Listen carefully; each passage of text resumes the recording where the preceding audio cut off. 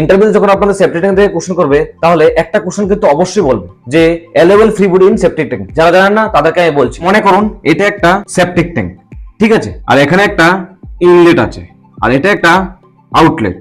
তাহলে প্রথম যে লেয়ারটা থাকবে এটাকে বলে আমরা স্লাজ, ঠিক আছে। তার উপরে যেটা, এটাকে আমরা বলি ইফুইলেন্ট, ঠিক আছে। তার উপরে যে লেয়ারটা আছে সেটা হলো গিয়ে স্কাম, ঠিক আছে। তারপর দেখবেন এটার উপরে না একটা খালি জায়গা থাকে, ওটা কিসের জন্য?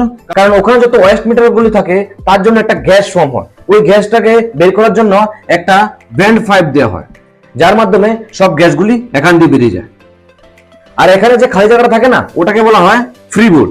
তো এটা কত দিতে হবে? 1 ফিট থেকে, মানে 300 mm থেকে 450 mm, ঠিক আছে। তো এই ইনফরমেশনটা আপনাদের কেমন লেগেছে অবশ্যই একটা লাইক করে বলবেন, আর এরকম ভিডিওর জন্য প্রাইম সিভিল সাউথকে এখনই ফলো করুন।